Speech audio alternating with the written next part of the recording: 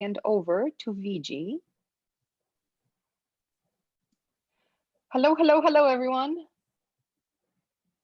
Okay, we are live on YouTube as well. So anyone who is watching us on YouTube, hello. We did increase our Zoom capacity. So for those of you watching on YouTube, if you want to start attending via Zoom again, you are very, very welcome to.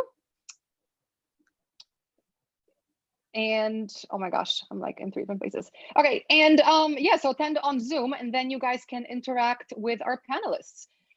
On that note, I will throw things to Viji, who is our lovely host / leader today. And I'm going to read off her bio because I did not remember all these awesome things.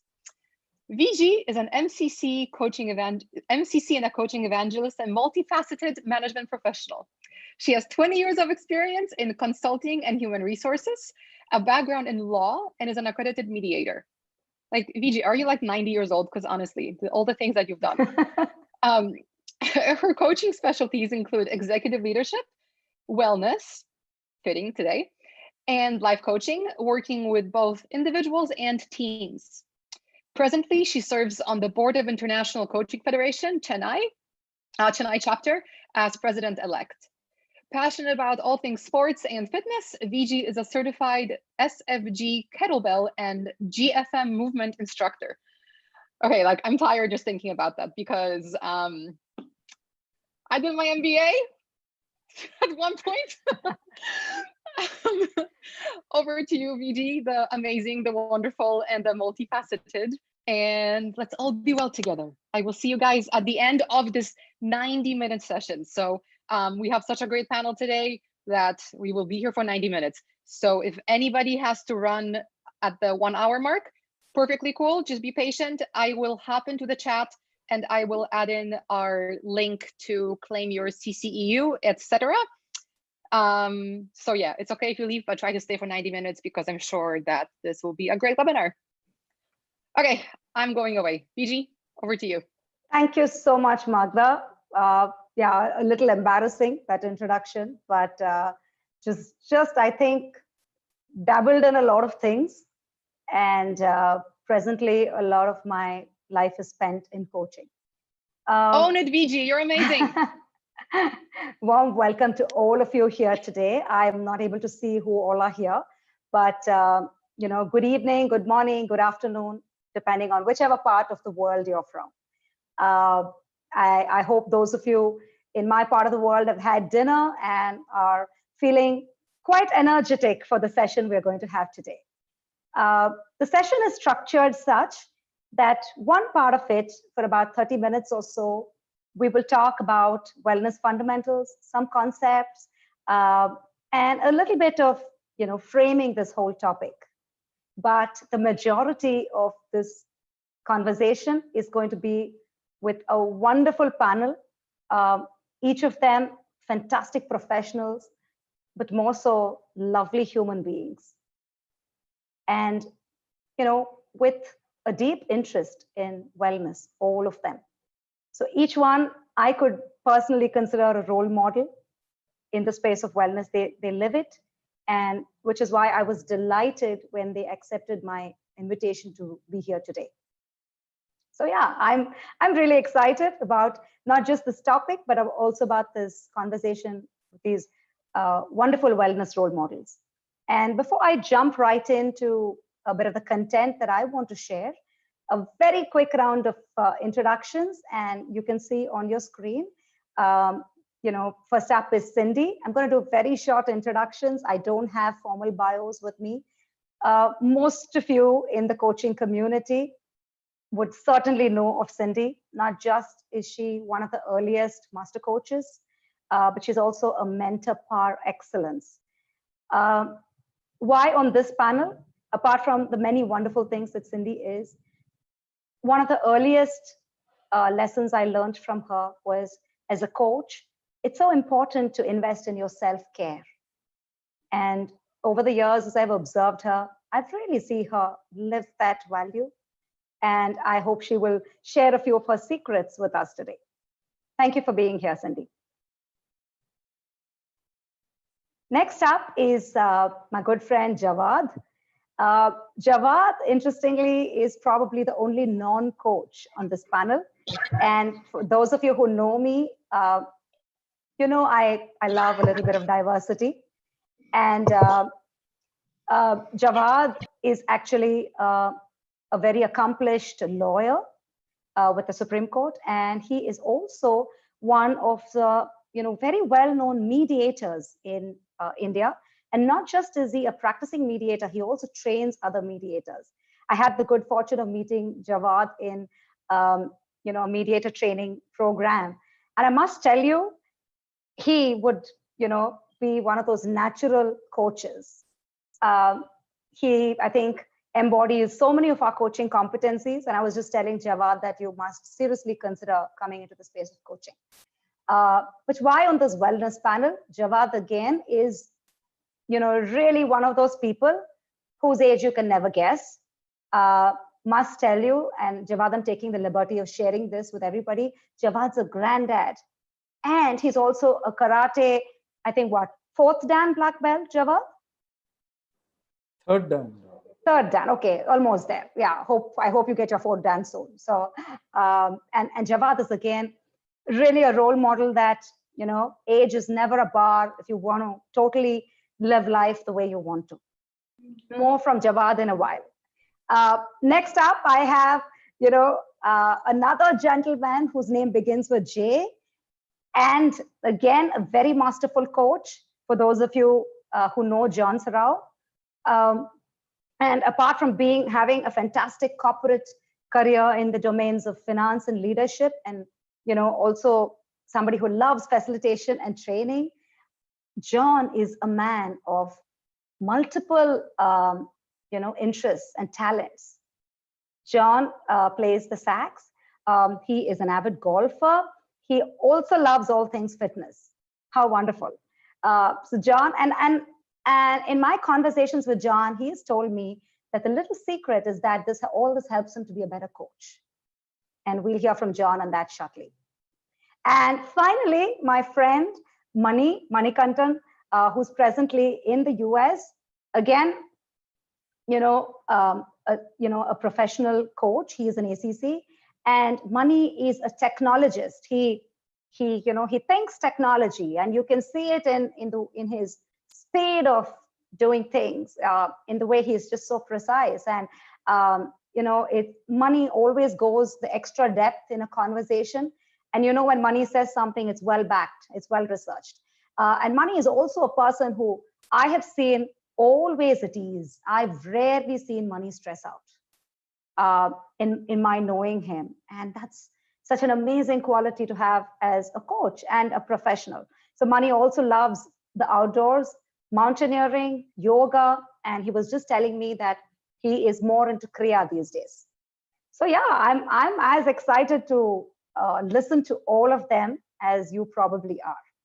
So panelists, you may just sit back and relax for a little bit, and I'll bring you back in towards the end of part 1.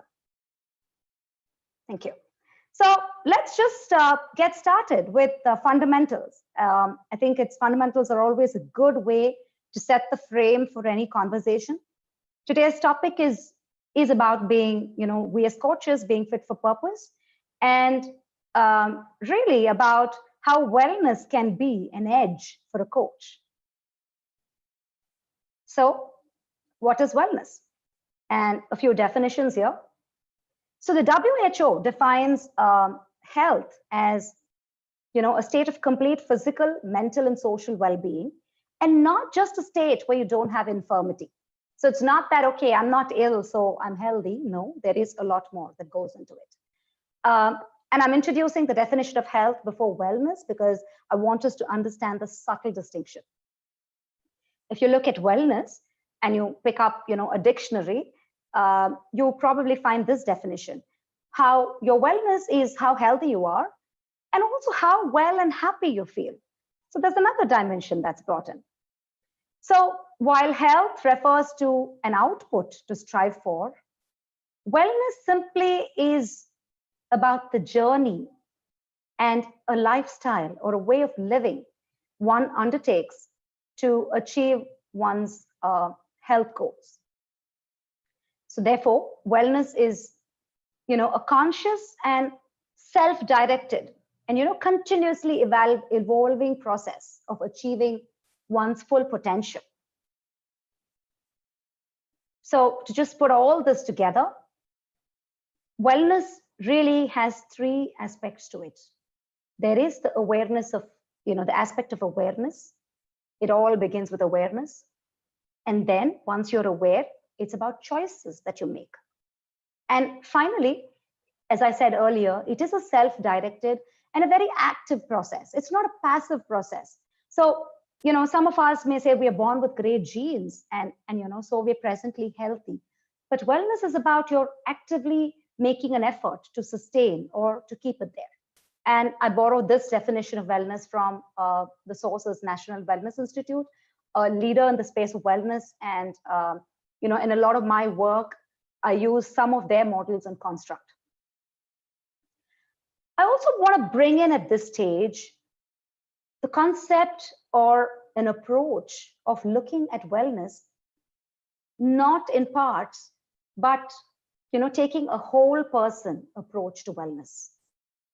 So again, this model, a very popular model called the 6 Dimensions of Wellness, which was authored by Bill Hetler, says that wellness has these 6 dimensions, right? Occupational, physical, social, intellectual, spiritual, and emotional.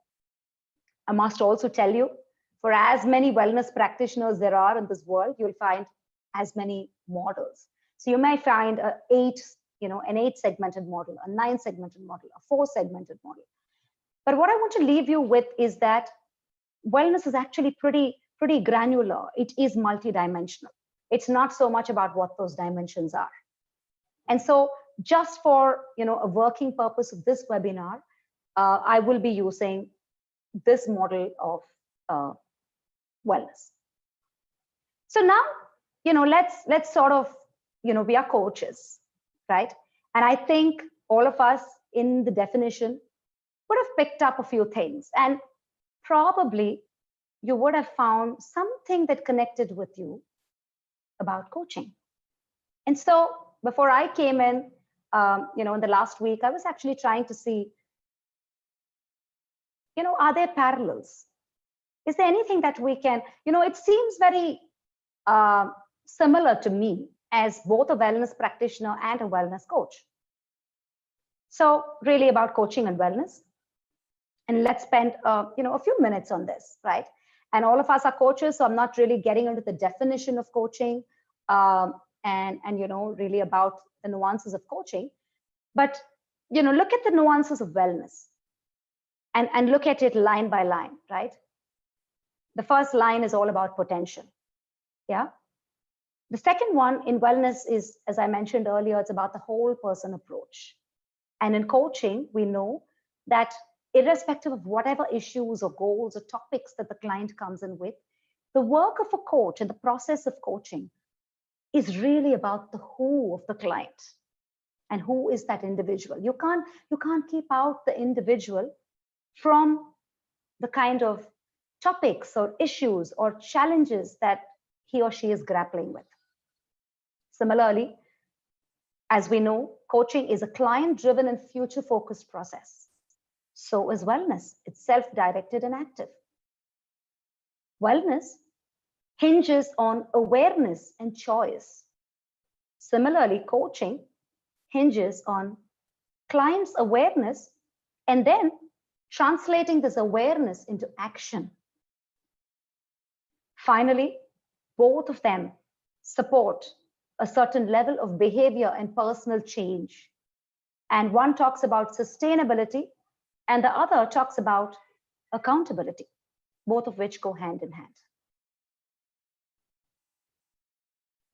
So that's really to say that, at some very basic level, a wellness practitioner and a coach, are pretty much approaching this in a very similar way. Yeah. And now I'm just going to spend some time talking you through these wellness dimensions, A lot of it also culled out from my own experience of working in this space. And as I go through the dimensions and some of the things that go into it, there are certain points that have been highlighted in red.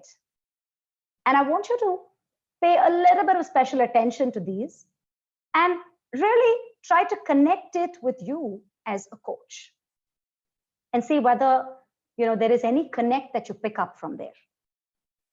And there is a disclaimer.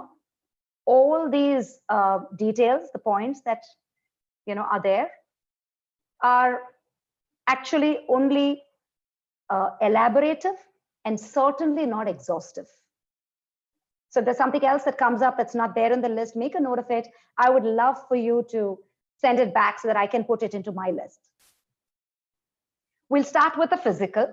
That is something that most people, when you talk about wellness, are able to easily connect with, because it's embodied, it's perceptible, it's something you can touch, feel, see, and all of that, right? So we probably spend about 30 seconds on each aspect, and just quickly run through whatever is listed on these.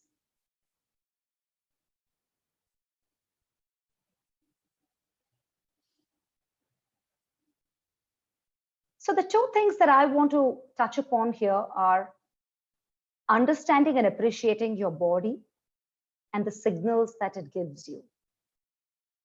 And secondly, feeling good about one's own body. Yeah, these are two things that are not often spoken about when you talk about a physical dimension of wellness, but I think absolutely important.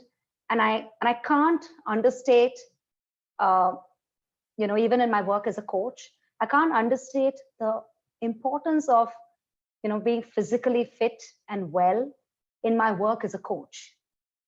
I don't know about you, but, when you do 3-4 calls a day, everything, right, about, how strong your hip flexors are, to how strong your shoulders are, to how well you sit when you do your coaching calls, all of it matters. And, all of it also has a back end where you're actually taking care of your body. Moving on to the next dimension, the emotional dimension. One, I think a lot of us coaches are quite familiar with, because managing our own emotions and that of our client is very important for all of us. So here again, I want to highlight 3 important things. Prioritizing self-care. Yes, it is an emotional aspect of wellness. And staying centered and grounded are 2 very important things that constitute the emotional dimension of wellness. Moving on is the occupational dimension of wellness. Often, when I run sessions for people in corporate roles, or a 9-to-5 kind of organizational job, this is the one that often comes up for discussion, saying that we've probably not spent enough time thinking about it, so on and so forth, right? I think with coaches, while we believe and we assume that occupationally we are quite well, I have 2 points that I want to highlight. Again, in my work with coaches and in my interaction, the point about, does your career give you, or does your occupation give you financial satisfaction, which is absolutely very important for one's living. And do you really have a career vision? What's your larger vision as a coach? What's your vision for your coaching career? And I just want to leave it there. Moving on to the next dimension. This is the intellectual dimension, and I want to spend some time here.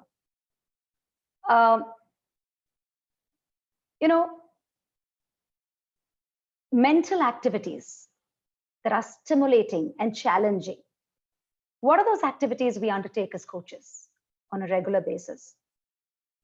As a coach, what is your avenue for creative expression?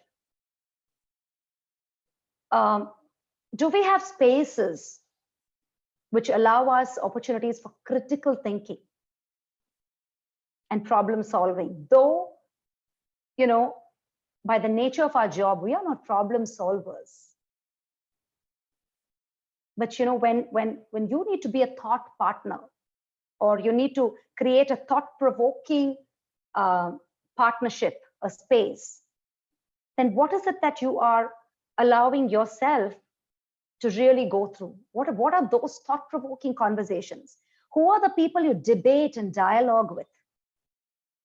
Again, this is just a point of view, but I also feel sometimes in very homogeneous communities, like a coaching community, do we debate and dialogue enough? Do we challenge each other? Do we push our mental boundaries? Do we push our own models and beliefs? Yeah, or do we tend to align as a default? Yeah, this is also something, I know it's provocative, but I really wanted to make a note of that here. The next one is social.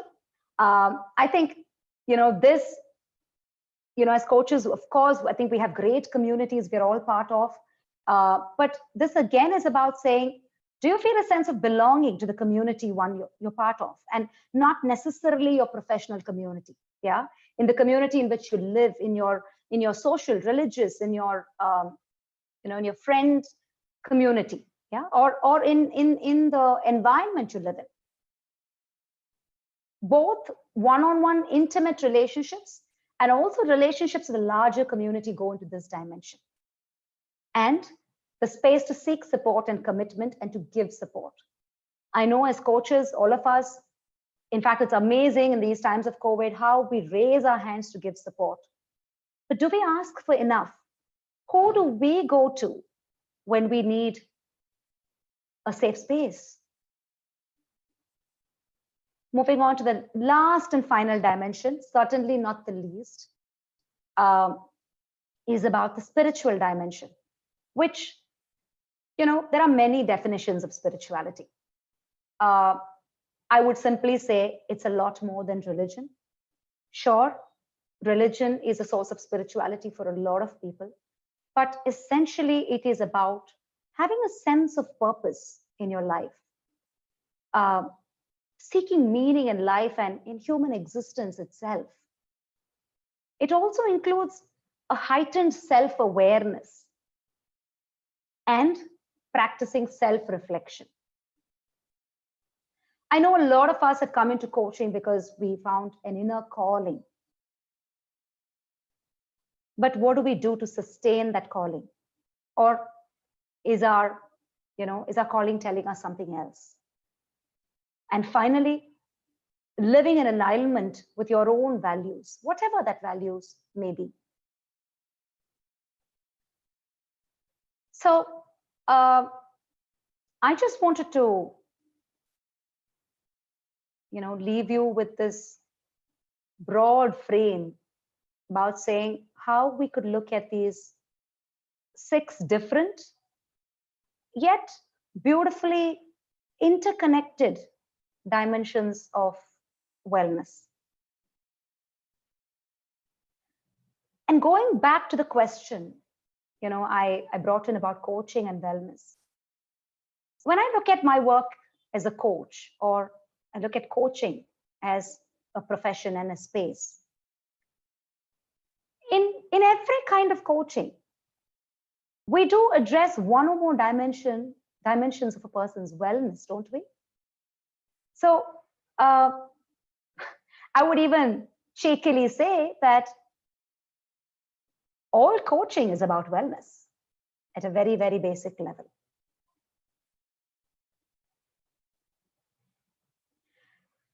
So I want to leave you with, when we look at dimensions, I want to leave you with a little something that you can take away, which is really based on a lot of the feedback when you talk about wellness dimensions, and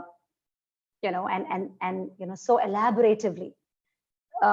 Somebody wants to get started, or somebody wants to really take a relook at their wellness. Actually get a little intimidated, saying, this is too much. Where do I start? Is there like a simpler formula that we can look at? And, keeping that in mind, this is something that, I had put together some time back, which is about the wellness building blocks. So if you look at those colorful little blocks, right, they're joined. They're six seemingly simple aspects, but oftentimes taken for granted or pretty much neglected. And the meaning or what goes into it is described on the outer side, in text. Simply put, a good way to approach wellness is to take care of your food, take care of your sleep, take care of your activity, have a way to manage and recognize stress, have an approach for stress response, take care of your happiness, which is about the joyful pursuits that you undertake every day. Yeah, and not once in a while. And finally, having a sense of purpose in everything you do. Yeah, why do you make a certain kind of business decision? Why are you in a certain relationship? Why do you do what you do? What do you do in the waking hours? Does it all align to a larger purpose that drives you? Right? So this is really what when you break it down into 6 simpler blocks, and you sort of look at yourself saying that, hey, can I start here? Can I see how I'm doing? It just makes the whole thing a little bit more manageable. So this is something that is one way that I would like to offer you, right?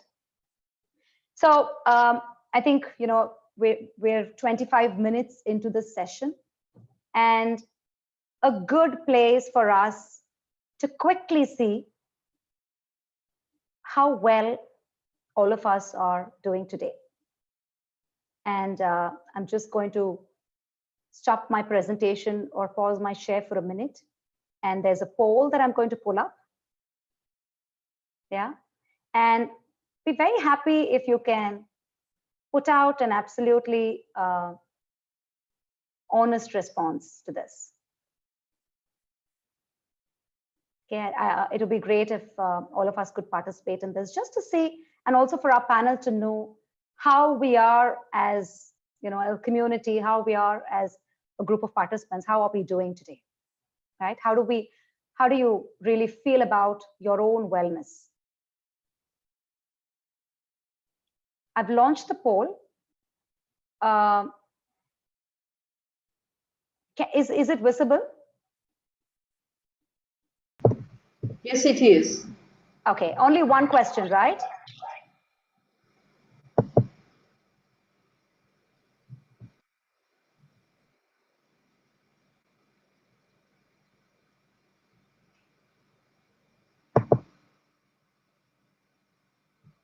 Okay, so there's a second question here which seems to have come up. It was meant to be for a later part of the webinar, but I think it's okay. I think we can see how we feel about these dimensions.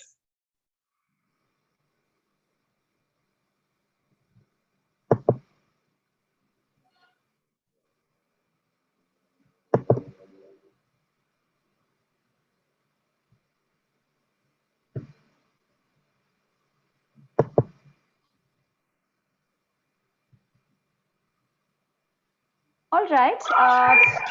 I think I'm just going to be ending the poll in about 5 seconds. Okay, it's ended on its own. Okay, I'm sharing the results now. So this is how it looks. Fail to share poll result. Okay, let me try again. Is this visible? Okay. So I think we have majority of us in saying that I'm generally satisfied. I feel okay, but I can do a lot better. Yeah, I can definitely do better. That's an honest response. I think a lot of us will be there. And as a coach, Which of these wellness dimensions would you like to focus on? It's okay. It's pretty interesting that most of us have said we want to take care of our emotional dimension. And it's, and I think this is where the role of self-care comes in, and to really care for the carer. A lot of us are in the profession of caring for others. We hold space for others. We take a lot of the emotional, as one of my friends would say, a lot of the brown water flowing. And it's also about saying how much of it we take into our system, and how much of it we are able to take, but have ways to ensure that we can come back recharged. I also see a lot of 46% who voted in for the physical dimension. Again, certainly something which I know is a challenge in these, in the times of the pandemic. But I think even in general is something we could focus on. Yeah. So with that, let me just stop the share of these results.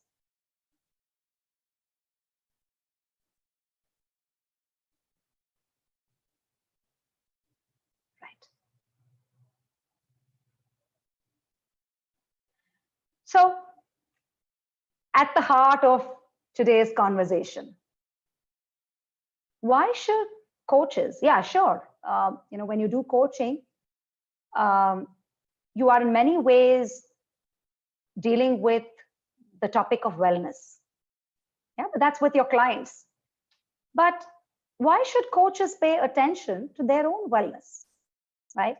And while I think by now you would have gotten a drift of where this is headed, I still want to put out one slide that I think explains it, or at least explains the case I'm making for it about why coaches should pay attention to their own wellness.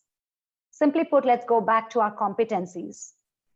And I will be talking about my favorite competency of coaching mindset, and also coaching presence. I know, all our coaches here on the panel, I know it's a favorite for all of them, but it's really there that, when you look at those two competencies, often when people ask, how do I show up better on those competencies?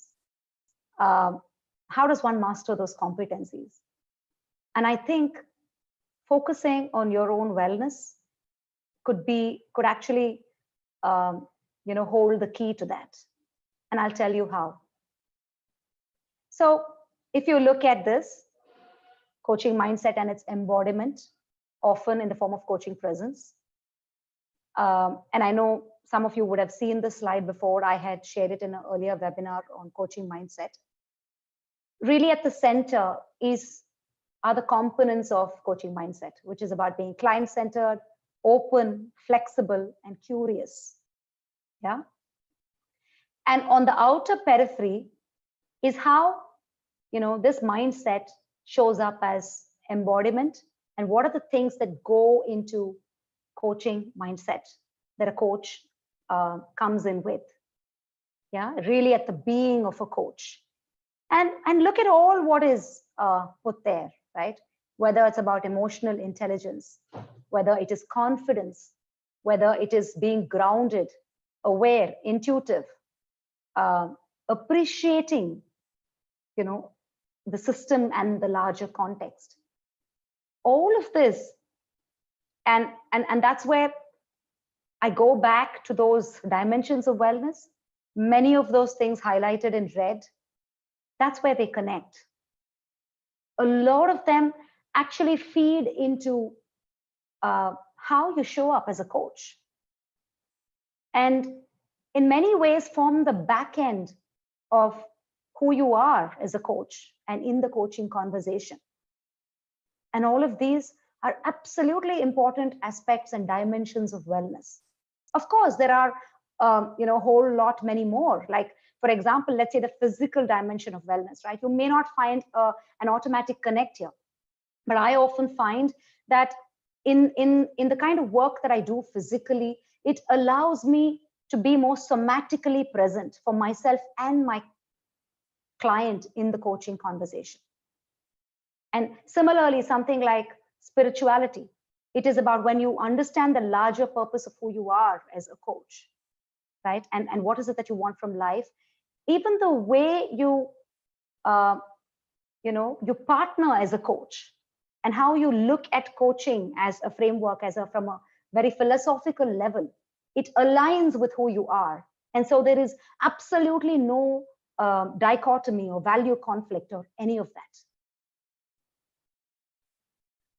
So with this here, with that introduction on where these two probably go hand in hand, I'm going to be stopping the presentation here and get our panel back, because I think it's best, we learn from varied experiences rather than have more theoretical stuff.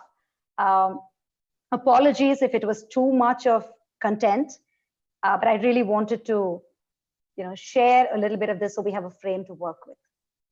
Thank you. Thanks, Jawad. Thank you all. So let's, I did some short introductions, right? But I'm going to request, our panelists and in any order to really share with the audience a little bit of your wellness story. Introduce yourself through your wellness story. Why is it important for you? Why is it important in your life as a human being and as a professional?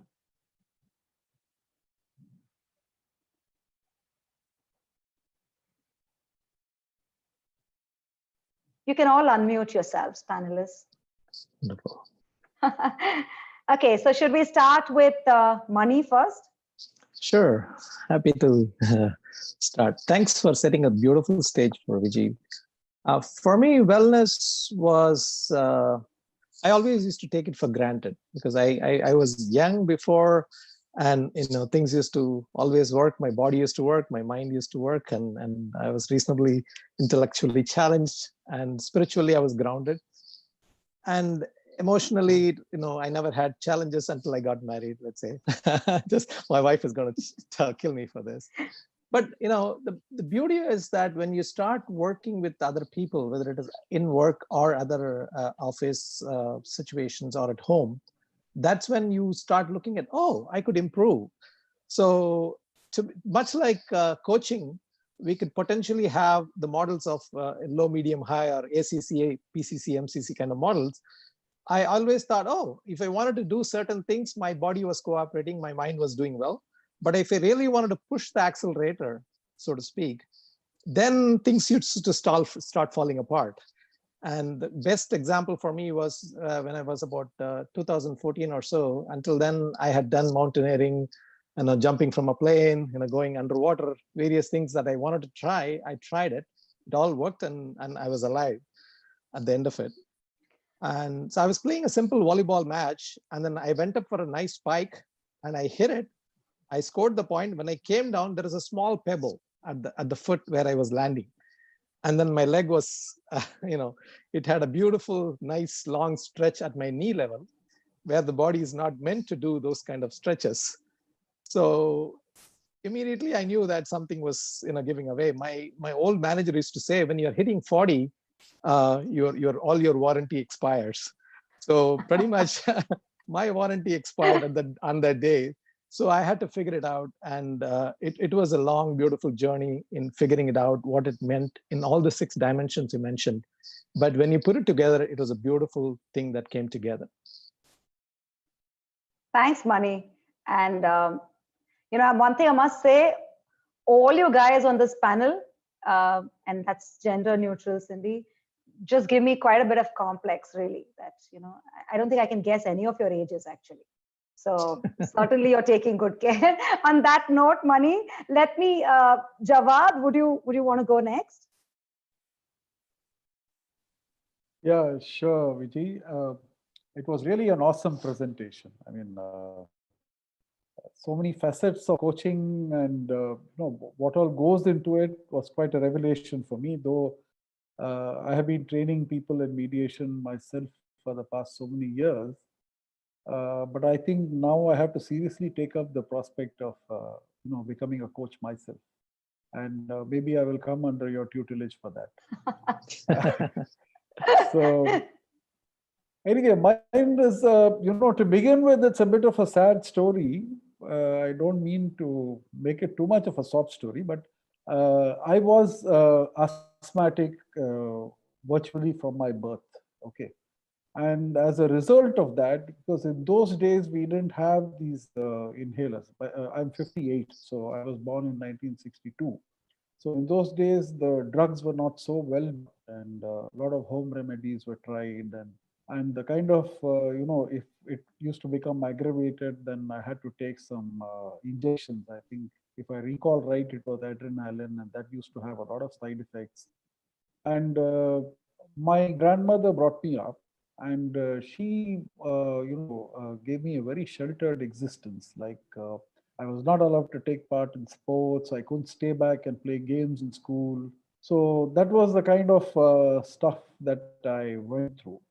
The real inspiration came when what I did was, when I was in law college, I joined karate classes.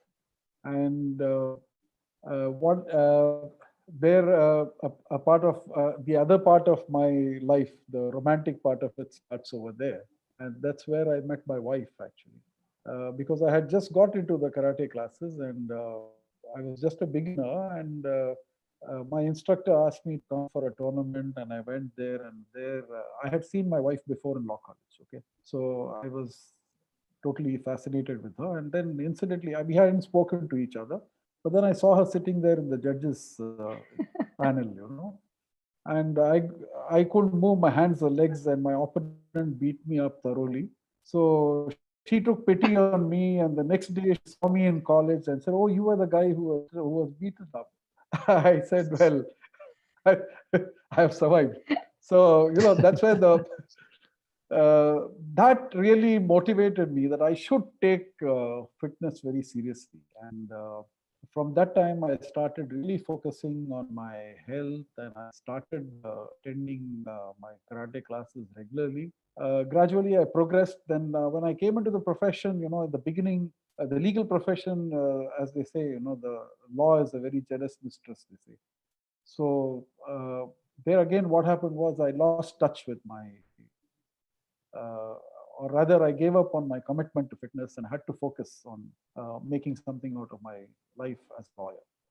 And then what happened a few years later, two things happened in my life. One was, first I met with an accident, something similar to what Mani was saying. I had climbed up, there was a construction in my house which was going on, and there was some water issue, and I had climbed up on the water tank to see, and I fell down from there, and I fractured it, and I was bedridden for about almost 2 months or something. And a little later on, I also found out that I was diabetic. So then I realized that, look, again, I have made a mistake in my life. I need to get back to physical and emotional and mental wellness, because physical wellness, I feel, has an impact on almost everything that you do, including your emotional wellness. So again, I got back into martial arts, and from that time, I was regularly practicing till I reached my third degree black belt level. One more important thing that happened at a later point of time, this was around 2005-6. I was a little getting fatigued, because I had by then put in about 25 years of legal practice. And I was getting a little fatigued because there was so much of negativity, and even when you win a case, you don't come out really with the satisfaction that you have done something really good. And then that was the time when this whole idea of mediation was introduced to me. It started with the Court and Next mediation program. So I really put myself wholly into it.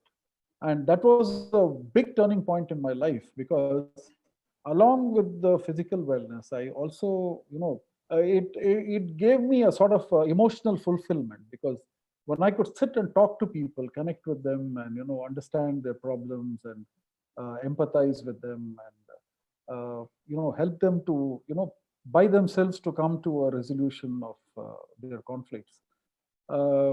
Though it was, it could be a very depleting experience if you sit there and with all that emotion that is being thrown, and you have to keep absorbing it. But when you finish it and when you succeed and you come out of it, it's very, you forget the whole fatigue. It's like you go through the labor pain, you deliver a baby, and then you forget about the pain. You see the baby. So it's something like that. Okay.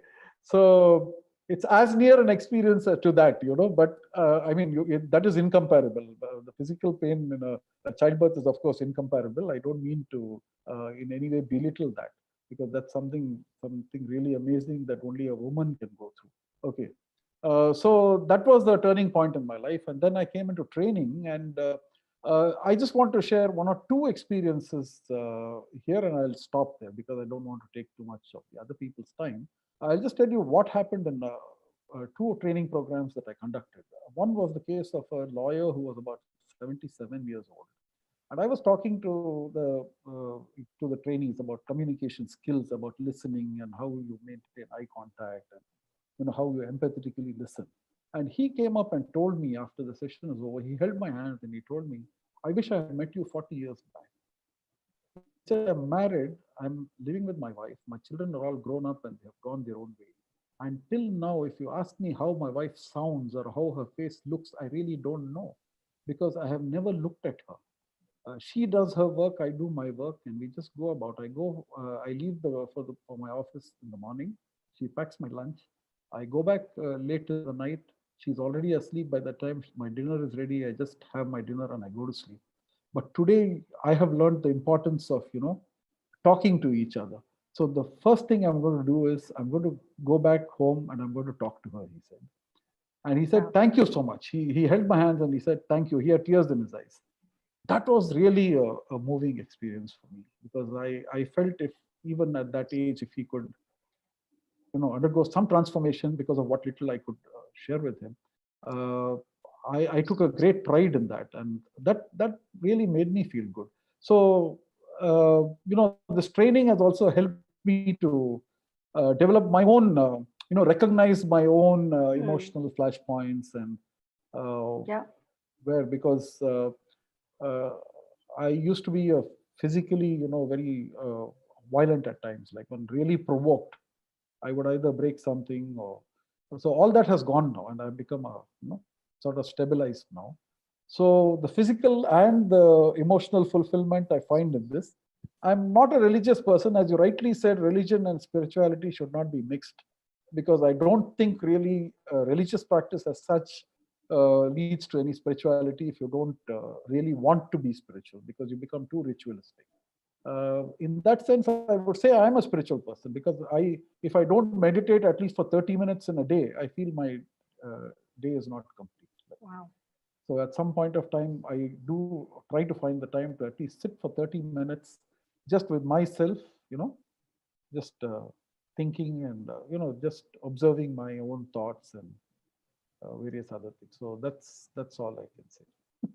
Thank you. Thanks, Jawad. So from the heart. Beautiful. I really appreciate that. Thank you. Thank you. Thank you. John, you want to share next? And before you do that, John, it would be great if participants, you could also type in the chat box as to, where your journey, what's behind your journey, what's the story. It would be great for everybody else to know, because there's so much to learn from each other. Over to you, John. Thank you, Viji, and thank you, Jawad and Mani, for your sharings. If I look at myself and my own journey in terms of wellness, I have to thank my dad for that, because growing up, he was very clear that it was about the importance about good food and exercise. So that has kind of stayed with me, and I was a hyperactive kid growing up, a lot of energy. And so I put my heart and soul into all kinds of sports that I played for college, school, soccer, because at that point in time, I could only afford, to play soccer, not some of the other games. But as I was growing up, I kind of made it a point to do some kind of physical exercise. If I couldn't do any kind of exercise, I would go for a walk. So, whether it's walking, whether it's swimming, whether it's yoga, whether it's kettlebell, whether it's going to the gym, whether it's running, I've done it all. I have now come to a place in my life where I do things in a very sedate fashion. And I can think of a few things that I currently do that I think keep me in good shape. One is, of course, yoga. So yoga is something that I've been practicing. And the reason I started practicing yoga was because I used to play a lot of squash. And I was laid flat on my back on 3 different occasions because I stretched for a ball and my back couldn't handle it. And for me, that was really a turning point because one of the sports that I'm completely and utterly fascinated is with golf. And golf is, in many ways, like life, right? The more you try to master it, the lousier you get at it. So, and that's what is so bewitching about this game, that you're constantly trying to improve. And so for me, taking care of my back was very important. So I turned to yoga. So yoga helped me considerably. Swimming helped me considerably. And in terms of lifestyle, I try to do something or the other every day, except for Sunday when I take a break. But every other day, I have to do some form of exercise. I know there are some people who don't care too much about exercise, but for me, the physical dimension is extremely important. Coupled with the physical dimension, the emotional dimension. And for that, I have to thank my wife because she's been my soulmate and my partner. And I have, gained much from my relationship with her in terms of the emotional part. So that has really, stood me in good stead. The other thing that happened to me as I moved from a career in finance and marketing to training, facilitation, and coaching careers, I was able to get to a point in my life where my love for my work, my love for what I want to do coincided with my work. So it was a very happy place to be in, which is why the last 20 years have been truly amazing years because I've done what I've really loved. That's the part that is to do with the work part. From a spiritual perspective, I've been a Christian and I go to church. So there's a lot of fellowship that we have in church, bonding. It's every Sunday we meet people, we talk to people. And for me, reading my Bible, for example, and prayer is a very important aspect of my being. So that's the spiritual dimension. And I don't mean religious, because for me, it's not about religion, it's about a relationship. So that's very important with God. Since I've been a coach, I've taken advantage of the many coaches that have been my friends to work with many different issues in my life. So I've been at a place where literally every problem that I can think of, I have been able to work it through the process of coaching. So in that sense, it's fairly balanced. So if I had to look at that little poll, Viji, there were 14 people who said, everything's great. I would probably be the 15th one. even at the risk of sounding arrogant, I would say that it's a good place. So I'm truly grateful for that. Wonderful, John. I mean, feeling very inspired listening to all that. But it's also been a journey, right? And I think that's the beautiful part, that and so much of gratitude that I sensed in your sharing. Vijay, let me just add a little more, because you had also touched upon the intellectual part. Yes. In case you're wondering what I do for intellectual part, in the last year and a half, I started learning the Indonesian language called Bahasa. And then in the last month or so, I've started on German because my daughter has moved to Germany. So that's how I keep myself intellectually challenged. And then I, of course, play music. And that has its own sense of intellectual charm and curiosity. Thanks, John. Thank you. Cindy.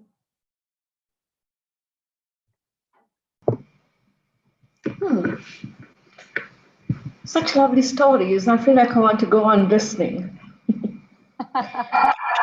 So, I think as I journeyed through life or went through life, there were many pieces or events or situations that happened along the way that added to consistent growth or redevelopment or relook at wellness. So I can't really place it on one or two incidents that stands out, because right now currently I would say something is standing out, and a few years back there were other pieces that stood out. So I think it was, along the way. And I think along the way, what mattered most or what had the biggest impact is what had the biggest impact when some things are not right was either listening to myself. I think that one was the most important or most showed up as a priority, is how I listened to myself. And it was also in conversations with others, especially coaches. When talking to them, you always pick up little pieces of insights or something they're going through. And it's like the learning moments is a part of you, or you journeyed a learning moment with the other person. And I would always kind of leave a conversation when it was over and think, a lot of that makes sense. And, and carried on linking it to other aspects that I was managing. And I've got to say, so talking about different elements of wellness, for me, I bypass the head, like something goes wrong, it immediately goes into the heart or the gut and just like ignores it. And the feeling of, as John was talking about, this feeling of happiness gets me into that state where I get myself into little pieces of trouble, as I would call it, because I like something so much, I'll go on doing it and not notice that it's having a negative impact or that I'm being stressed about it. Because I love it. And I think, if you love something, you just go on doing it and enjoying it.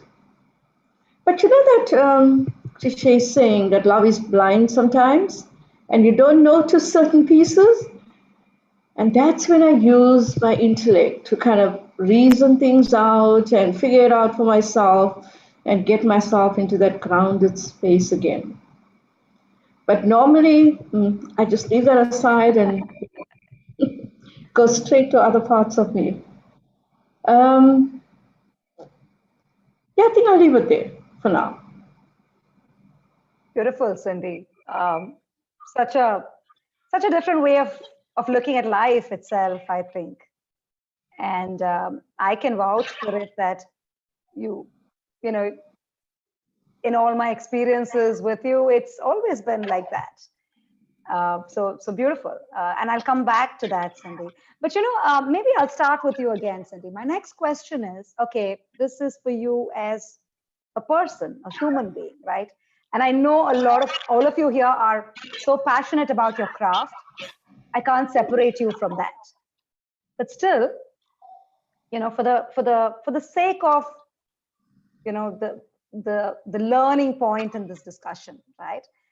How does incorporating wellness into your life enable you to be better at your craft as a professional, whether it's a coach, whether it's a mediator, whether it's a facilitator, whatever, the way you professionally look at yourself?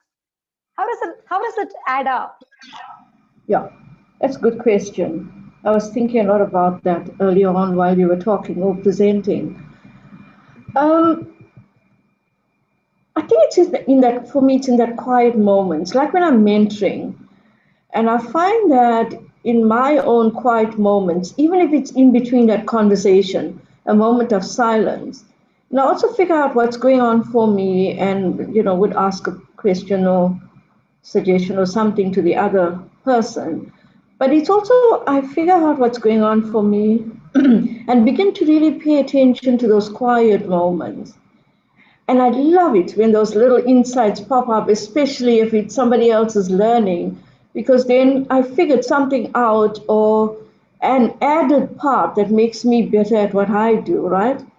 So I kind of sharpen the saw, as you'd call it, by listening to others and taking in their learnings, and or a moment when they interpret, for example, a core competency or a marker in a particular way that I've never heard before, and I go, oh, this is wonderful.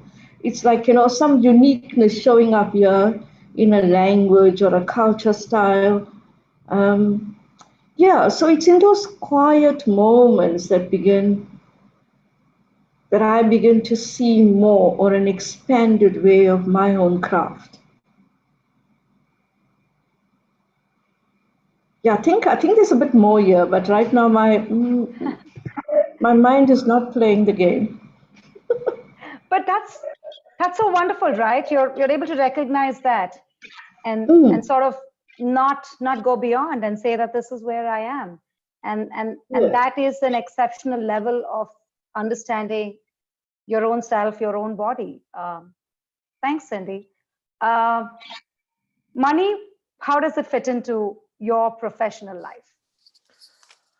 Wow, where do we start? I think I'll give a simple analogy. All of us have, let's say we drive a car.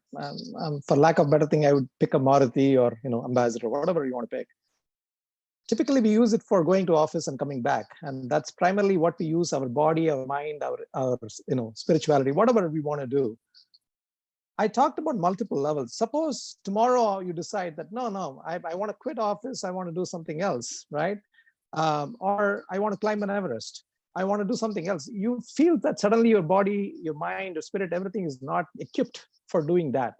So it is tied to the last slide you presented in terms of how to put it all together. The fitness is a key element when you try to do your purpose or try to do your craft. I was an engineer. I was a business guy in technology. One day I decided I wanted to be a coach. I find that, boom, I don't have presence. I don't have empathy. You go, the long list goes. But yet I did have all of them because I had a coach who helped me to do certain things. For example, I was in a high paid job in the Valley. I wanted to come back and work in India in rural villages. So for me, that kind of a transformation, if you want to do, you needed to re-equip yourself. Otherwise, you are going to get, I think Javed mentioned, you might get stressed and you might start breaking things. And karate is a beautiful place to break things.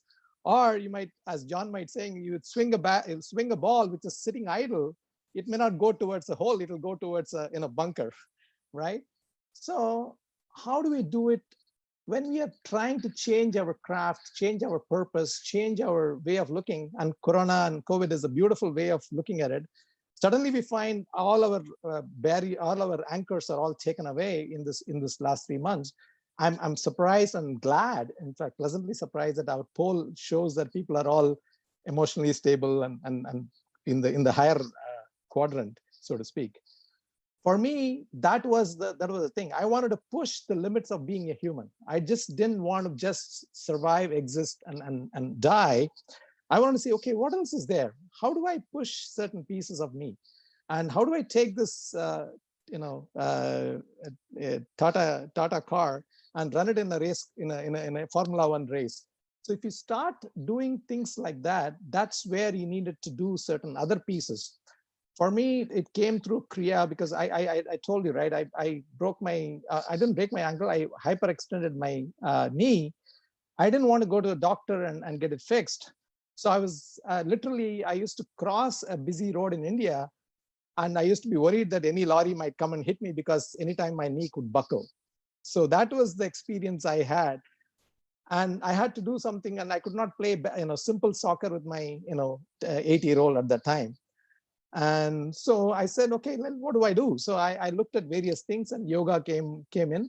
And some of the other pieces fell into place. And now I'm in a stage where I self-healed my own knee without going to a doctor. Things of that nature is possible. I'm sure Javed and other people can attest. If you do certain things in certain way, what you are plugged into, what a human system is capable of doing is only can be realized when you push it on all the 6 dimensions or 8 dimensions of fitness that you are looking at. And your craft has to be one of that and a key element of it. For example, if you want to be a phenomenally present and coaching mindset, you need to have, you need to go much deeper than the competencies. For example, for me, I joke around and say that there are sub-competencies like breath watching your, how aware are your breath. When I'm sitting right now, how straight is my back is a phenomenal impact in terms of how it plays in my system. I will leave it at that. Yeah, I can relate to that. Sometimes, you know, when I'm here and then over a period of time, I go like that and I'm totally sunk in. I realize something's not okay with my energy with the other person, or, you know, but that comes only when, you know, you actually know that, hey, I can actually feel these different feelings in my body, right? So great, Mani. Lovely listening to you. Jawad, where are you on that? I mean, does this whole focus on wellness in your life help you to, let's say, be a better mediator? Because that's something you love so much. I can relate to a lot of what Mani was talking about, because as he was talking, I recollected the time I went for my second degree black belt test. Okay. Now that was, I was about, I think 44 at that time, and there were 5 other people who were undergoing the same test. And they were all in their early 20s or in their teens. I mean, early 20s actually, 23, 24, 25. So I was the only old man over there. Okay. And it was 3 days of grueling, really, you know, worse than a boot camp. Like we had to report at 7 o'clock in the morning, and till 7 o'clock in the evening, you had to go through a whole set of exercises. You had to do push-ups, you had to do crunches, you had to take punches on your stomach, you had to do, you have to practice the fighting techniques. And every day, on top of that, there was one guy who tried to do one flip, and he hit my thigh. And the pain was excruciating. And every day I will drag myself back home. And in fact, I told my wife that I said, Anu, just be ready. Anytime you get a call or something, be ready to rush and take me to the hospital in case I get a heart attack or something. So that was the kind of, and every day, the next morning, every muscle, every bone in my body would be paining, but I would still, you know, drag myself back there. And when I would go there, the young guys over there would tell me, I don't know whether all of you know Tamil, you know, but they used to tell me in Tamil, Sir, நீங்க வரமாட்டீங்கன்னு நினைச்சோம், நீங்களே வந்துட்டீங்களா sir? They used to say that we didn't expect you to come back, but you yourself have come. And we feel ashamed that, you know, we wanted to actually give up. So looking at you, you are our inspiration. No, but why I'm trying to tell you this is because the endurance that was built up. Okay. Today, you know, that was a time when my body was broken and remade. That's what I felt like, because it was broken completely and it was remade again. And I reached a stage where today, even if supposing, let's say that 1 month I don't do any physical exercise, it takes me just about 3 or 4 days to get back into shape. I can do all the stretches. I can stretch both my legs and sit down. I can do all my kicks. Anything I can do within 3 or 4 days, I get back into shape. Okay, so that kind of endurance, basically, it's a mental thing more than physical. It's mentally you develop that endurance, and that I find very useful in mediation, particularly when you know, sometimes in matrimonial mediations, the emotions are so high and so intense that, you know, it taxes every ounce of your energy to sit there to listen and keep on listening, you know, and keep showing that empathy, and, you know, getting them to, you know, come up with their deepest fear, concerns. So that kind of the mental endurance that I developed, I think in that class, that session, the 3-day session, has stood me throughout. Okay, today at the age of 58, I can still, you know, I'm still, in fact, my nephew threw a fitness challenge on Facebook. So he did just a set of about 10, 20 push-ups or something. And he said he challenged me. And I sent a video of me doing, you know, a set of warming up exercises, lunging kicks, you know, sit down, get up and kick and sit down. So those 20 kicks and then 25 push-ups and 20 push-ups, and then, you know, the I don't know what that is called. You just roll it out in front of you and balance and come back. So that I did 20. So he said that, no, I can't match up to you. So sorry, if I sound immodest here or trying to show off, it's not that. But since we are talking about wellness, I thought it's important to talk about this. So I really feel that physical, mental, and emotional wellness is very important. I'm very lucky. I don't know about money. He said something about marriage and the equilibrium getting disturbed. But my wife has been a very stabilizing influence in my life, and she was the biggest motivation from the time I feel I started living only after I met her. Like till then, I was just floating around, like the flotsam and jetsam you used to find in the sea. But she really motivated me, and the very fact that she could fall in love with me was something which was so, I couldn't believe it, So I'm still trying to come to terms with it. I always keep asking her, how do you still stick on to me and continue with me? So that emotional wellness is I think physical wellness leads to that. And one thing I think which is very important for everybody to develop is a sense of gratitude. Because they say gratitude is the best attitude, and your attitude determines your altitude. So I think that the sense of gratitude for whatever you get in life, these are all blessings. I'm not a religious person, but still I believe that John will agree with me there if I say that these are all blessings from some unseen force, which really gives us that resilience to go through these things in life and to come up. And yes, mediation has definitely brought about a huge change in my life. Thanks, Jawad. Viji, if I may just set the record straight. I know he's talked about your wife, yeah. No, now it's personal. We've been married for 25 years, and last week only our 25th anniversary completed. My point is simply this. I think when we first were thrown into an arranged marriage, you didn't know how to cope with it, how to deal with another person. So then you had to gain the emotional balance, is what I wanted to say. Thank you. Beautiful. I know what a lovely couple you all are. No, looking at you, Mani, no, anybody will say you're happily married. So there's no doubt about that at all. So he's happy in general, Jawad. So that also. Okay, over to you, John. Yeah. Cindy, did somebody say something? I just heard some.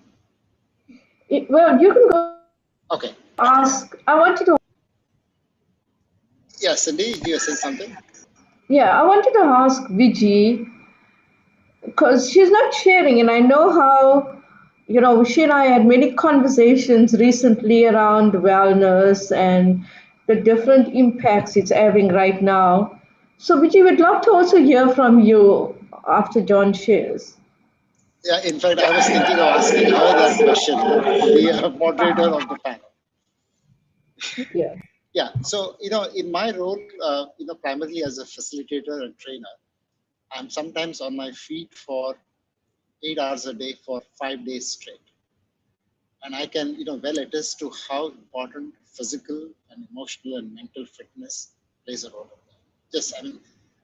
If I was not in shape, I just would not have been able to do the work that I love. So in many ways, it enables me to do the work that I love.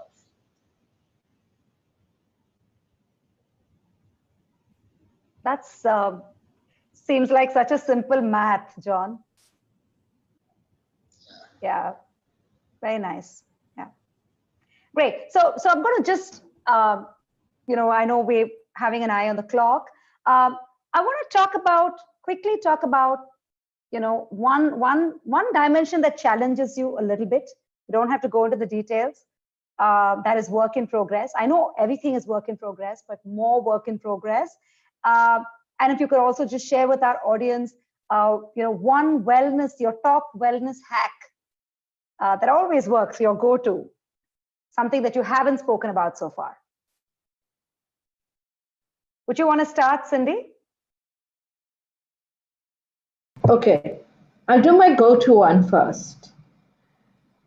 Especially when there's a lot going on in my head, and that is the challenge at the same time. I'm currently busy with my PhD, so you could imagine there's always too much going on in my head. And I don't like that space where it feels heavy. So my go-to thing is just to listen to music as loud as I can and close the door and pretend like nobody's watching when I sing on top of my voice with the song. A lot of times I'm a rock star. So as you can imagine, and I think that kind of listening to music, whether it's soft or loud, it just immediately gives you a different energy. It changes it, there's something different that happens. And there are many times, like, 20 minutes later, I have to remind myself, what was I doing last that had me stressed out? Because, I forget. So my go-to thing is just listening to music. Well, besides taking a quiet moment and figuring things out or just blanking out. One of my favorites is I'd love to sit down and watch some TV and or watch a nice movie. So I call that my chilling out time. But it's so strange. Half of the time I sit with the remote in my hand, the screen is blank, I forget to switch on the TV, and I feel so content. Those are my go-to things. That's wonderful, Cindy. And just so much in the moment, right? That you just allow yourself to go with that flow. Thank you, Cindy. John, you want to share your challenge and if there's any and a hack? Yeah. So as far as a hack is concerned, one of the yoga exercises that I do is Surya Namaskar, and I find that anytime I don't have time, if I'm in a hotel room, for example, I can just go down. I just need 6 feet of space, and I can do that. And the interesting thing about this specific exercise is because it works on about 95% of all muscles of your body, it actually gives you a good workout in a very short period of time. And I also found it as a good way for understanding how your body is functioning. If you have any problems in your body, it's hard to do that exercise well. So it kind of is also a diagnostic tool of sorts. Yeah. So I find that as a great go-to place to exercise. So if I have no way to walk or golf or any other things, I just do a Surya Namaskar. Yeah. In terms of challenges, no, not really. Whenever I need to find some time to kind of quieten myself, I just find myself sitting in the Vajrasana pose, which is the Japanese tea ceremony pose. And just focusing on my breath kind of helps to calm me down. I do that morning when I get up. I do that before I go to sleep at night. It's also a way for me to express my gratitude, what Jawad was talking about. I go to bed. So that's what I do. Yeah. Thanks, John. That's I think it's important to have these these telltale ones, right? That can give you a sense as to what's going on, and something for you to pick up on. Very, very nice. Mani, what about yours? Well, and Mani, I'm also going to request you to. I know, knowing you personally, you invest a lot in spirituality. I want you to share a little bit about that as well. Sure, happy to do. So let me put it in context. I think my biggest challenge is I ignore the physical wellness, physical fitness, because I snack a little bit, and then I used to run 10Ks and half marathons. Now I've shut all of them down. It's not anything about physical. Now it's all about spiritual. So I'm ignoring a lot of that. And that shows in my stomach. And that's where it is. I have we can't see that. We can't see that on camera. I confess, I have a small paunch. So let me put it that way. Let me tell you where the spirituality element comes in. My dad lived about 85. My mom is still alive, 88. And so I'm guessing I'm somewhere divided by 2. Maybe I have a grand uncle who just completed 100 years this year.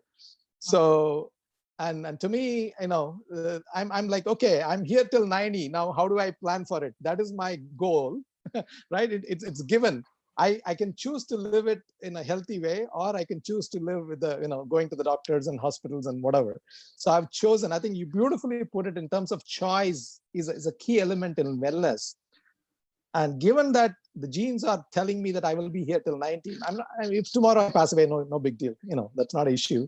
If let's say I have to live till 90, I better be equipped for that, is what I'm trying to get at.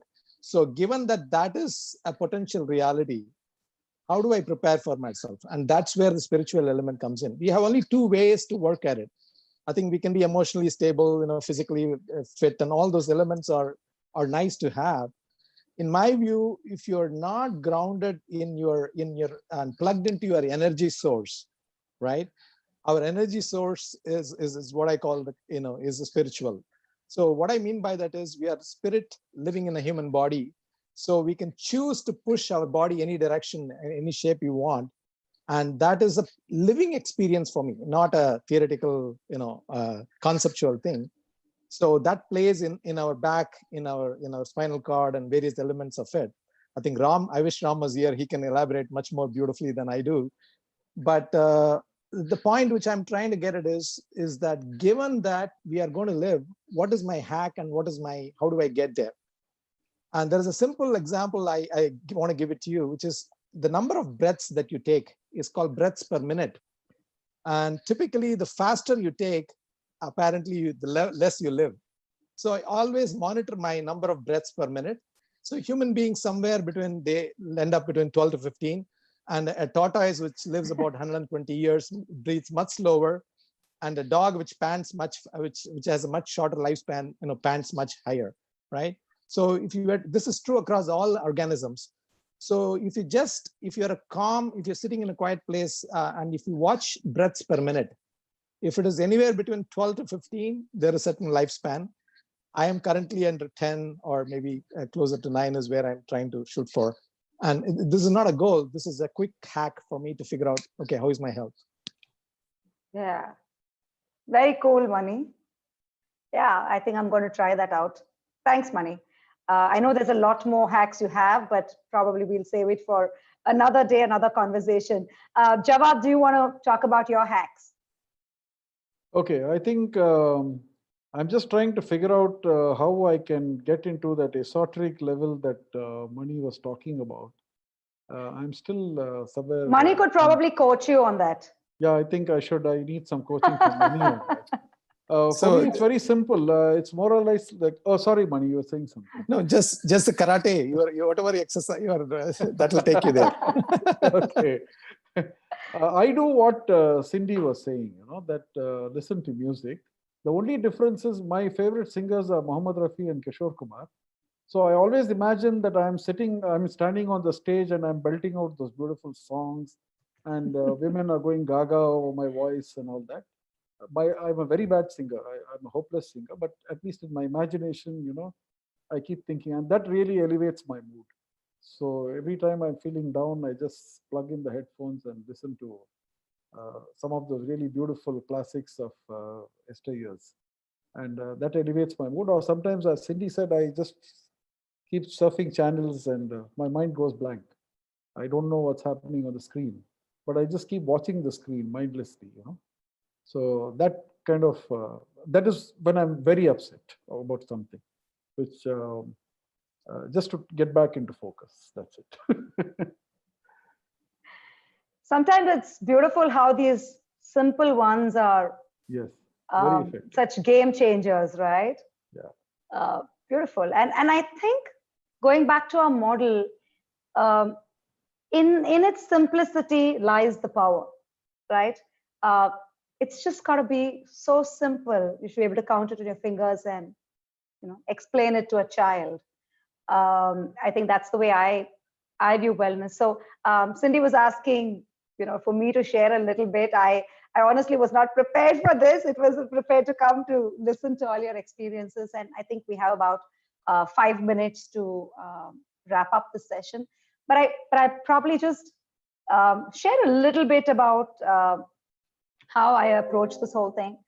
So I think for me, it's been a long sort of journey. So like John, I used to be absolutely passionate about all things sports and adventure, activity, all of that growing up.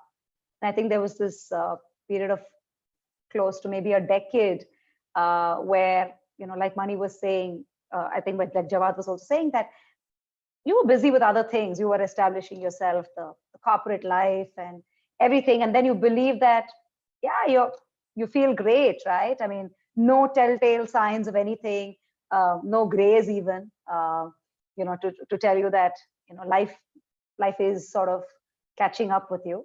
I think then somewhere along the way, some personal experiences, with a deep personal loss, that struck me that, there is only one life, and whatever you do, you can't rewind the clock.